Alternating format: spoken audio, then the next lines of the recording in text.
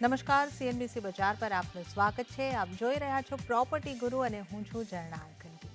તો પ્રોપર્ટી ગુરુના આ એપિસોડની અંદર આજે આપણે ગુજરાતના રિયલ એસ્ટેટની ખાસ વાત કરવાના છે. કયા કયા મુદ્દાઓ છે જે અત્યારે હાલ ગુજરાતના રિયલ એસ્ટેટને લઈને ખાસ ચર્ચામાં છે, ખાસ મહત્વના છે, એ અંગે આપણે ઇન ડિટેલ ચર્ચા કરીશું અને સાથે જ દર્શકોના ઘણા બધા સવાલ પણ આપણને મળ્યા છે, એમના પણ આપણે જવાબ લઈશું. તો આજે આપણી સાથે પ્રોપર્ટી ગુરુના એપિસોડની અંદર જોડાયા છે કુશમન એન્ડ વેકફિલ્ડના director and head of transaction Jigar Mota. Jigarji, સ્વાગત છે આપનું સીએનબીસી બજાર પર. અને ખાસ આજે આપણે ગુજરાતના રિયલ એસ્ટેટની વાત કરી રહ્યા છે ત્યારે તાજેતરમાં જ જીઆઈડીસીની જે જમીન છે એના ટ્રાન્સફર ઉપર જીએસટીને લઈને એક ખાસો મોટો પ્રશ્ન ઊભો હતો અને જે અહીંયા આગળથી સમસ્યા ચાલી રહી હતી ત્યાંથી હવે સુપ્રીમ કોર્ટ દ્વારા પણ એક નિર્ણય આવતો જોવા મળ્યો છે. કઈ રીતની રાહત ત્યાંથી મળી છે, કોને રાહત મળી છે અને આખો પ્રશ્ન કઈ રીતનો હતો?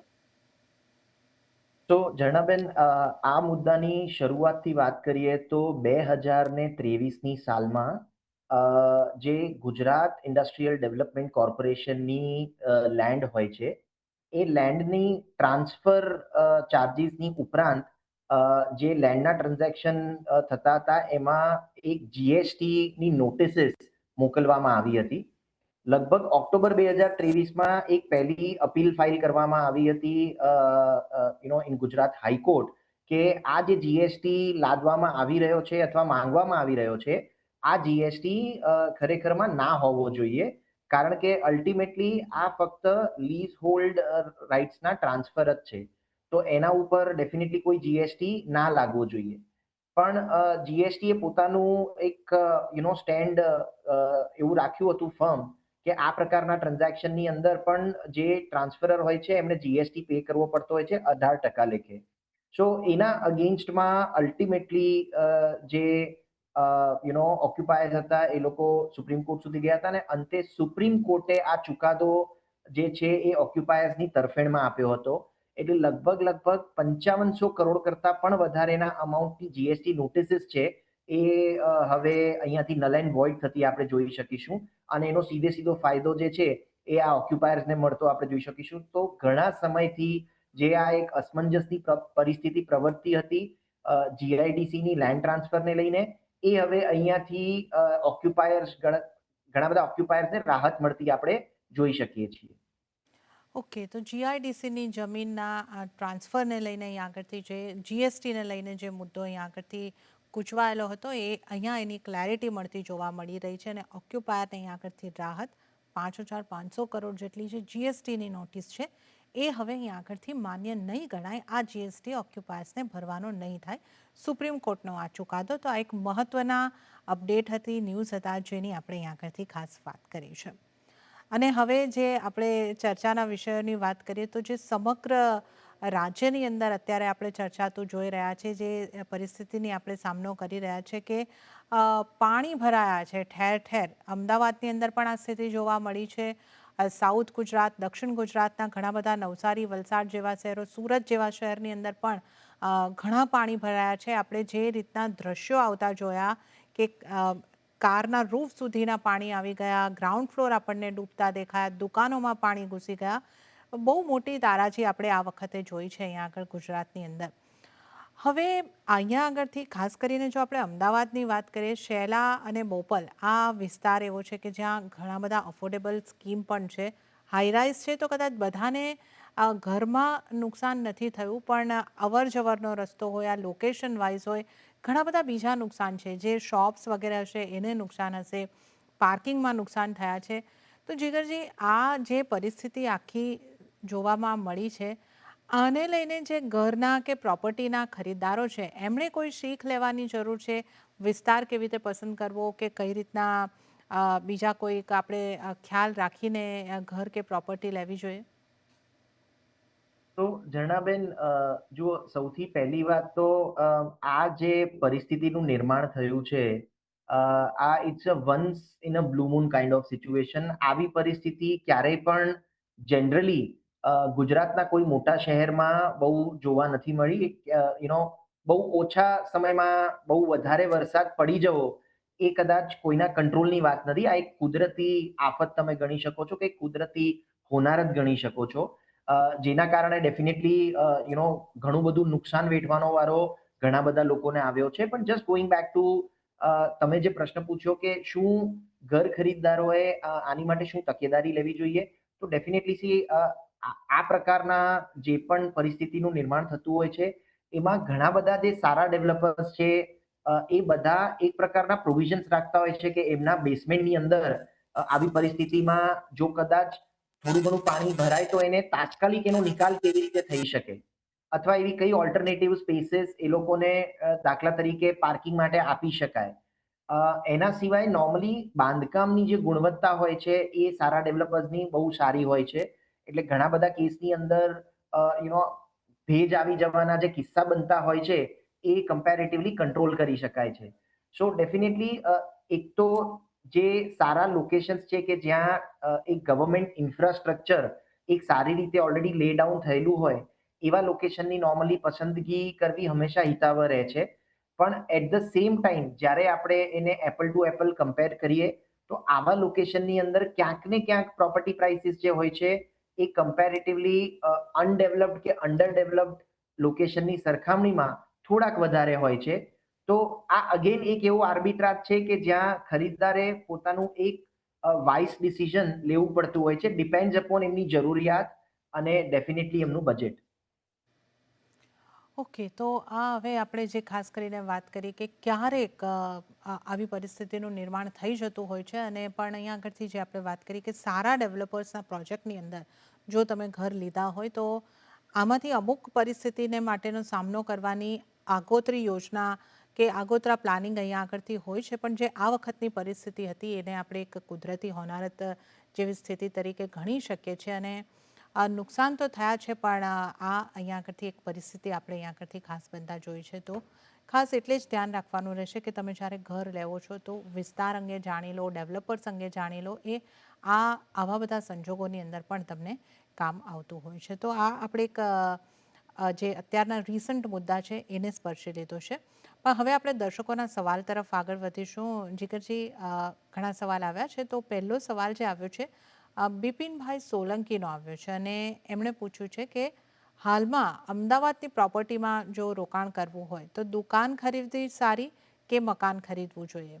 તો કઈ રીતે આપણે એમને સલાહ આપીશું? જો કે એમને અહીં આગળથી એ નથી જણાવ્યું કે એમને પોતે વાપરવું છે દુકાન કે ઘરમાં પોતાનો બિઝનેસ કરવો છે, ઘરમાં પોતે રહેવું છે, રેન્ટ પર આપવું છે, એપ્રિસિએશન માટે કરવું છે, એ નથી માહિતી આપી. પણ એક લિમિટેડ ઇન્ફોર્મેશન છે. આપ પૂછી રહ્યા છે કે દુકાન ખરીદવી જોઈએ કે મકાન ખરીદવું જોઈએ? તો જણાવે નોર્મલી આપણે આપણા બધા જ દર્શકોને હંમેશા રિક્વેસ્ટ કરતા હોઈએ છીએ કે તમારા જે પ્રશ્નો છે એ થોડા ડિટેલમાં જો તમે અમને આપો તો અમે તમને એક સારું અને સાચું માર્ગદર્શન, ઇન ડેપ્થ માર્ગદર્શન આપી શકીએ.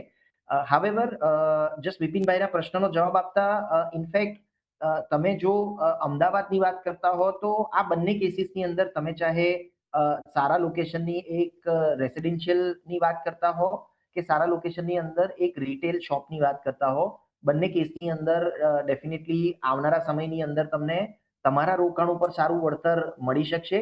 પણ આ કમ્પ્લીટલી ડિપેન્ડ છે તમે કયું લોકેશન સિલેક્ટ કરો છો, ટિપિકલી કઈ સાઇઝ તમે સિલેક્ટ કરો છો, અને ઓફકોર્સ અલ્ટિમેટલી તમારું બજેટ શું છે. સો જો આની માહિતી કદાચ બિપિનભાઈ આપણને આપી હોત તો આપણે થોડી વધારે ઇનડેપ્થ માહિતી એમને આપીને માર્ગદર્શન સારી રીતે આપી શકતા. પણ ડેફિનેટલી આ બંને જ એસેટ ક્લાસનું ફ્યુચર અમદાવાદની અંદર ઘણું જ સારું છે. ઓકે, તો અહીંયા આગળથી જે તમારો પ્રશ્ન છે એનો જવાબમાં અમે એ જ કહીશું અહીંયા આગળથી બિપિનજી કે દુકાન કે મકાન ખરીદવી એ બંને ઓપ્શન અમદાવાદ માટે સારા જ છે. તમે અમને ઇન ડિટેલ જો માહિતી મોકલી હોત, તમારો હેતુ કયો છે, તો એ પ્રમાણે પણ અમે તમને સલાહ આપી શક્યા હોત કે આપના માટે શું સારું છે. પણ આમ ઓવરઓલ જોવા જઈએ તો અમદાવાદમાં તમે દુકાન ખરીદો કે ઘર ખરીદો, બંને સારો નિર્ણય જ સાબિત થશે. હવે આગળનો જે સવાલ આવ્યો છે સુરતથી આવ્યો છે જીતેન્દ્રભાઈ પ્રજાપતિનો.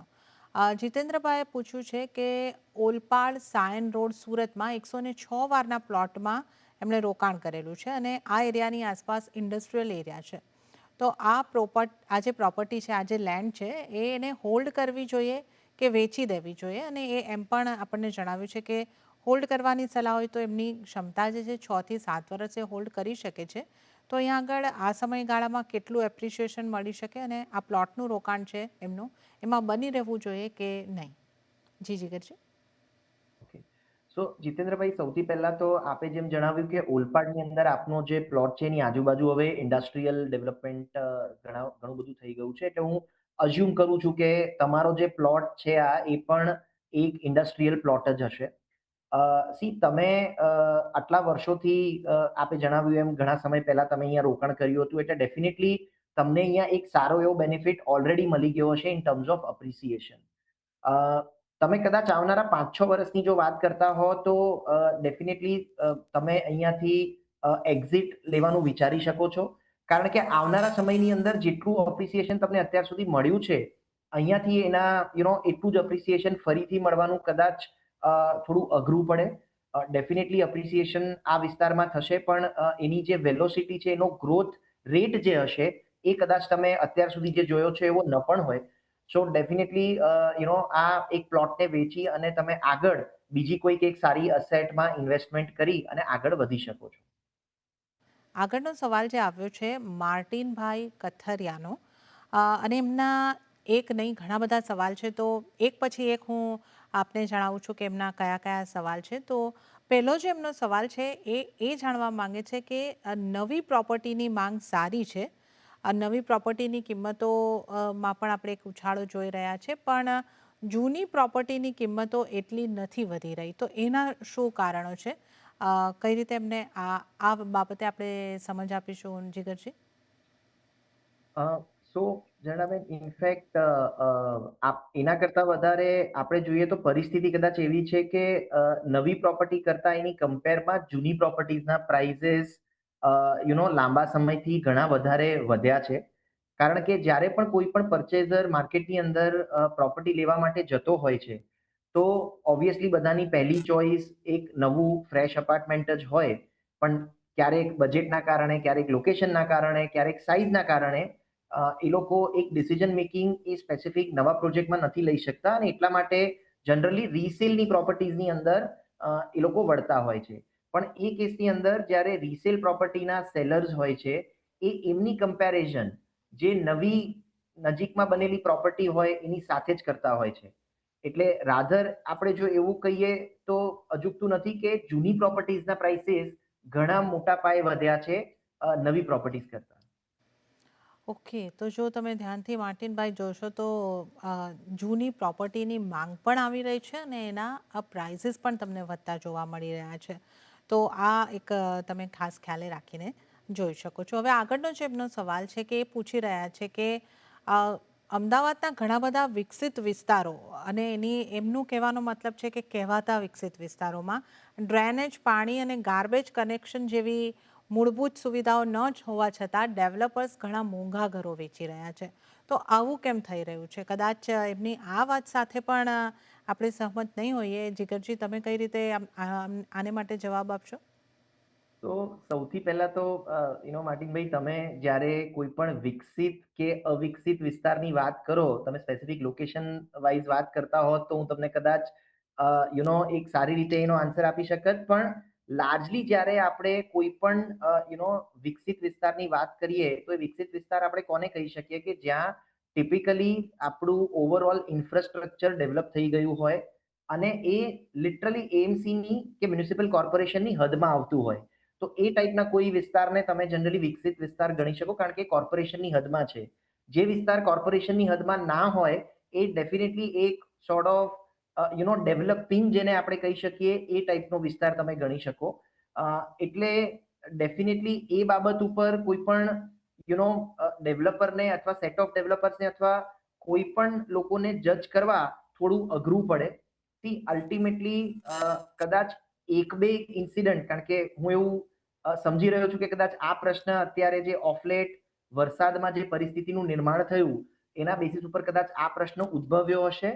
પણ તમે એક બે આવા ઇન્સિડન્ટ્સને જોઈને કોઈ પણ લોબીને એવી રીતે જજ ના કરી શકો અથવા કોઈ લોકેશનને એવી રીતે જજ ના કરી શકો.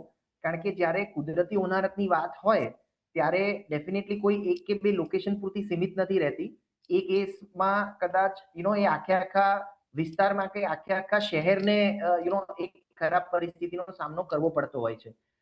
પણ just going back to your question, તમે જો વિસ્તાર તરીકે મને કદાચ માહિતી આપી હોત તો હું તમને વધારે ડિટેલમાં આનો જવાબ આપી શકત. ઓકે, તો માર્ટિનભાઈ, તમે ફરીથી અમને એક ઈમેલ કરીને તમે કયા વિસ્તારની વાત કરવા માંગો છો, અને જો આપ અમને કઈ જગ્યા, કયો વિસ્તાર, કયો પ્રોજેક્ટ, એની ડિટેલ માહિતી આપશો તો આપણે એના પર વાત કરી શકીએ. પણ આમ ઓવરઓલ જોવા જઈએ તો અમદાવાદમાં ઘણો બધો વિકાસ થયો છે અને ઇન્ફ્રાસ્ટ્રક્ચર પણ અમદાવાદનું સારું છે. તો આપણે એમ તમામ વિસ્તાર માટે તો આ રીતનું માનીને ન ચાલી શકે. હવે એમના આગળના સવાલ તરફ જો આપણે આગળ વધીએ જીગરભાઈ, તો એ પૂછી રહ્યા છે કે અફોર્ડેબલ ઘરના નામ ઉપર વિવિધ યોજનાઓ હોય છે, પરંતુ એ ઘર ઘણા જ નાના હોય છે, કે એ એટલા બધા નાના ઘર હોય છે કે એમાં એ ઘરને ખરીદવામાં એટલો રસ આવતો નથી. તો આના શું કારણો છે એ અંગે એમણે આપણી પાસેથી માહિતી માંગી છે. તો જીગરજી, તો અફોર્ડેબલ ઘર એમને નાના લાગી રહ્યા છે, તો પ્રાઇસ એનું કારણ હોઈ શકે, શું આપ સમજાવશો? તો સૌથી પહેલા તો આનો જે મૂળભૂત પ્રશ્ન છે એ સરકારી પોલિસીમાં જ રહેલો છે. અફોર્ડેબલ હાઉસિંગની જ્યારે આપણે વાત કરીએ તો સરકારની ગાઈડલાઇન્સ છે અને દરેકે દરેક લોકો, જે લોકો પણ અફોર્ડેબલ હાઉસિંગ ના કન્સ્ટ્રક્શનમાં ઓક્યુપાઈડ હોય, એ લોકોએ ગાઈડલાઇન્સનું પાલન કરવું પડતું હોય છે અને એ ગાઈડલાઇન્સમાં સાઇઝ આપવામાં આવી છે કે અમુક સાઇઝ કરતાં મોટા મોટા અપાર્ટમેન્ટ તમે અફોર્ડેબલ ઝોનમાં નથી બનાવી શકતા. સો સૌથી પહેલું એનું કારણ આ હોય છે અને એના કારણે ડેવલપર્સ ડેફિનેટલી અફોર્ડેબલ ઝોનની અંદર મોટા અપાર્ટમેન્ટ્સ બનાવી નથી શકતા. ઓકે, તો અહીંયા આગળથી આ એક મોટું કારણ છે કે જે અફોર્ડેબલ હોમ્સની વ્યાખ્યા છે, એ ગવર્મેન્ટ નોર્મ્સ મુજબ જો મેટ્રો શહેર છે તો 60 ચોરસ મીટર અને નોન મેટ્રો છે તો 90 ચોરસ મીટર, આ રીતનું કંઈક છે અને પ્રાઇસ કેપ પર છે 45 લાખ જેટલી. તો આ વ્યાખ્યામાં બેસવા માટે જે ઘર બનાવી શકે છે ડેવલપર, એ ઘણા નાના હોય છે. તો આપનો પ્રશ્નનો એક થિયોરિટિકલ, એક સ્પષ્ટ જવાબ અહીંયા આગળથી બની રહ્યો છે કે ઘર કેમ નાના હોય છે. હવે એમનો બીજો પ્રશ્ન કે ડેવલપર સુપર બિલ્ડઅપ એરિયા પર ચાર્જ કરે છે, પણ હકીકતે યુઝેબલ કાર્પેટ એરિયા ઘણો ઓછો હોય છે. તો આના માટે કોઈ રેગ્યુલેશન્સ છે કે નહીં? હવે આમનો આપણે કઈ રીતે જવાબ આપીશું જીગરજી? તો અનફોર્ચ્યુનેટલી માર્ટિનભાઈ, તમારો આ પ્રશ્ન જે થોડો સળગતો પ્રશ્ન છે, પણ ડેફિનેટલી તમારો પ્રશ્ન સાચો છે. અનફોર્ચ્યુનેટલી સુપર બિલ્ટઅપની કોઈ વ્યાખ્યા નથી. જ્યારે આપણે આખા રિયલ એસ્ટેટ ની વાત કરીએ તો આખા સેક્ટરની અંદર સુપર બિલ્ટઅપની એઝ સચ કોઈ વ્યાખ્યા નથી. લોકેશન, ડેવલપર અને સ્ટેટ પ્રમાણે આની વ્યાખ્યા ચેન્જ થતી રહે છે. પણ એટ ધ સેમ ટાઈમ જ્યારે આપણે રેરાની વાત કરીએ તો રેરાના એક્ટના અંતર્ગત એક રેરા કાર્પેટ એરિયા જે છે એ મેન્શન કરવો મેન્ડેટરી છે. એટલે ડેફિનેટલી જે પણ બાયર કોઈ પણ ડેવલપર પાસેથી જ્યારે કોઈ પણ અસેટ પરચેસ કરે છે તો રેરા કાર્પેટ એરિયા એમને જાણ કરવું ફરજિયાત છે. એટલે રેરા કાર્પેટની એક વ્યાખ્યા ચોક્કસપણે છે. પણ જે આપ પૂછો છો સુપર બિલ્ટઅપ, તો આ સુપર બિલ્ટઅપનું કોઈ ધારાધોરણ નથી અને ડેફિનેટલી એ લોકેશન ટુ લોકેશન ઘણા બધા કેસમાં વેરી કરે છે. એટલે આઈ અન્ડરસ્ટેન્ડ, અનફોર્ચ્યુનેટલી આજની તારીખે એના ઉપર કોઈ પ્રકારનું ગવર્મેન્ટનું કોઈ પણ બંધારણ નથી. ઓકે, તો સુપર બિલ્ટઅપ એરિયાની કોઈ વ્યાખ્યા ઓફિશિયલી નથી. રેરાની અંદર રેરા કાર્પેટ એરિયાની વ્યાખ્યા ચોક્કસથી છે અને આને જણાવવો એ રેરાના કાયદા હેઠળ અહીંયા આગળથી જરૂરી પણ છે. તો આ આપના સવાલનો એક જવાબ થઈ ગયો. અને હવે એમનો જે છેલ્લો અને પાંચમો સવાલ છે એ છે અમદાવાદમાં અનસોલ્ડ ઇન્વેન્ટરી કેમ વધી રહી છે અને એની પાછળ કયા કારણો છે? તો અનસોલ્ડ ઇન્વેન્ટરીને માટે સવાલ જીગરજી, આને કઈ રીતે આપણે સમજાવીશું? તો આઈ થિંક માર્ટિનભાઈ, સૌથી પહેલા તો ઘણા બધા વ્યક્તિઓમાં એક અનસોલ્ડ ઇન્વેન્ટરીની વ્યાખ્યાને લઈને એક મિસકન્સેપ્શન થતું હોય છે. તો સૌથી પહેલા તો અનસોલ્ડ ઇન્વેન્ટરી તમે કોને ગણી શકો? કોઈ પણ ઇન્વેન્ટરી અથવા કોઈ પણ લેટ્સ સે આપણે અપાર્ટમેન્ટની સ્કીમ હોય, જ્યારે પણ એ પ્રોપર્ટીનું ઓસી અથવા બીયુ જેને આપણે કહીએ છીએ ગુજરાતમાં બિલ્ડિંગ યુઝ પરમિશન, એ આવી ગયા બાદ જે પણ ઇન્વેન્ટરી વેચાયેલી પડી રહી હોય ડેવલપર પાસે, તમે એને અનસોલ્ડ ઇન્વેન્ટરી તરીકે ગણી શકો છો. ઘણા બધા કિસ્સાની અંદર લોકો એવું માનતા હોય છે કે અંડર કન્સ્ટ્રક્શન બિલ્ડિંગની અંદર જે પણ યુનિટ વેચાયા નથી એ બધા જ અનસોલ્ડ ઇન્વેન્ટરીમાં ગણી શકાય. પણ જનરલી તમે લોજિકલી કદાચ તમે વાત કરો તો એ અનસોલ્ડ ઇન્વેન્ટરી તમે ન ગણી શકો, કારણ કે એ ઇન્વેન્ટરી વાપરવા માટે યોગ્ય જ નથી. સરકારી ધારાધોરણ મુજબ તમે કોઈ પણ પ્રોપર્ટી જ્યાં સુધી વાપરવા માટે લાયક નથી ઠરતી ત્યાં સુધી તમે એને અલ્ટિમેટલી ક્યાંક ને ક્યાંક એને ઓક્યુપાય બી નથી કરી શકતા. અને કારણ કે એને કોઈ યુઝ નથી કરી શકતું, તમે એને ડેફિનેટલી અનસોલ્ડ ઇન્વેન્ટરીમાં ન ગણી શકો.